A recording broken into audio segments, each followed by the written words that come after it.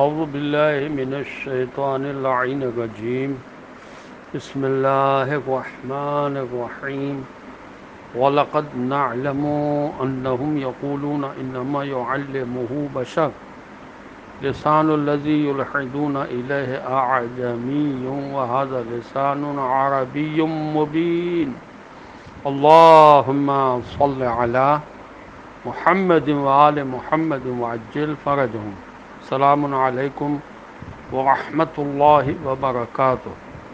اللہ تبارک و تعالیٰ کا شکر ہے کہ سورہ مبارک نحل جو قرآن مجید کا 16 نمبر کا سورہ، اس کی آیت نمبر 103 کی تلاوت کا شرف میں نے حاصل کیا، جس کا ترجمہ یہ ہے، اور یقیناً ہمیں معلوم ہے کہ یہ لوگ آپ کے متعلق کہتے ہیں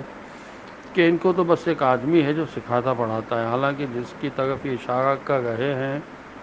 اس کی زبان تک اعجمی ہے، جبکہ یہ قرآن صاف اور سلیس عربی زبان میں ہے۔ تفسیر صافی میں لکھا ہے کہ اس آیت میں اس شخص کا ذکر ہے جس کی زبان اعجمی تھی اور وہ اہل کتاب سے تھا، اس کا نام ابن حضرمی تھا، جو جناب رسول خدا صلی اللہ علیہ وسلم پر ایمان لایا تھا اور آپ صلی اللہ علیہ وسلم کی پیروی کرتا تھا۔ قریش نے کہنا شروع کر دیا کہ یہ شخص اپنے علوم اپنی زبان میں حضرت محمد صلی اللہ علیہ وسلم کو سکھا دیتا ہے۔ روایت میں یہ تفسیر انوار النظف میں لکھا ہے، اختلاف ہے کہ مکے کے قریش کس اعجمی غیر عرب کے بارے میں کہتے تھے کہ وہ رسول صلی اللہ علیہ وسلم کو سکھاتا پڑھاتا ہے۔ بعض نے لکھا ہے کہ سلمان فارسی کے بارے میں کہتے تھے، بعض نے لکھا کہ یہ بلعام نامی رومی لوہار تھا، بعض کے نزدیک یہ ایک رومی غلام تھا جس کا نام یعیش یا عائش تھا، کچھ کے نزدیک یہ عین التمر کے دو نصرانی تھے جن کا نام یسار اور خیر تھا۔ خدا نے فرمایا وہ لوگ عربی صحیح نہیں بول سکتے، قرآن کہاں سکھائیں گے؟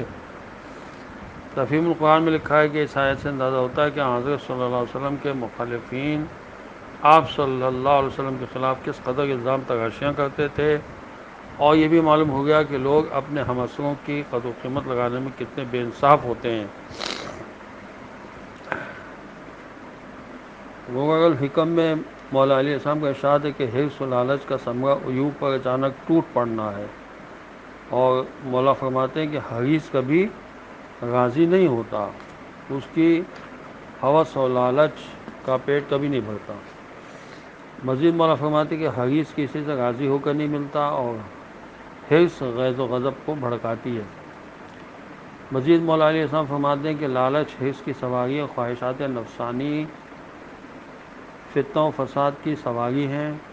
اور جس کا نفس حریص ہوتا ہے وہ خوشحالی کے باوجود ذلیل ہوتا ہے۔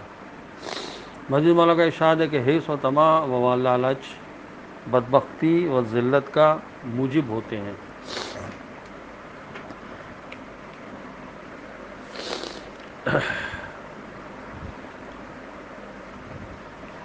یہ الزام کہ رسول اکرم صلی اللہ علیہ وسلم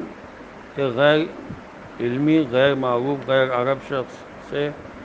تعلیم حاصل کرتے ہیں، خود اس بات پر دلیل ہے کہ رسول کریم صلی اللہ علیہ وسلم نے کسی انسانی مکتب میں نہیں پڑھا، نہ ہی اس وقت مکے میں کوئی فرد ایسا تھا جو رسول اللہ صلی اللہ علیہ وسلم کا معلم بن سکتا تھا، اس لیے ایک غیر معروف، غیر عرب شخص کی طرف نسبت دی۔ نیز اس الزام میں اس بات کا اعتراف ہے کہ قرآن کی عربی ترکیب کسی کی تعلیم نہیں ہے، کیونکہ جس شخص کی طرف نسبت دی جاتی ہے وہ عجمی ہے، عربی زبان جانتا ہی نہیں، رہا معانی و مطالب قرآن اس شخص سے اخذ کیا ہو، اس کا جواب اگلی 2 آیتوں میں آئے گا۔ والسلام علیکم ورحمۃ اللہ وبرکاتہ۔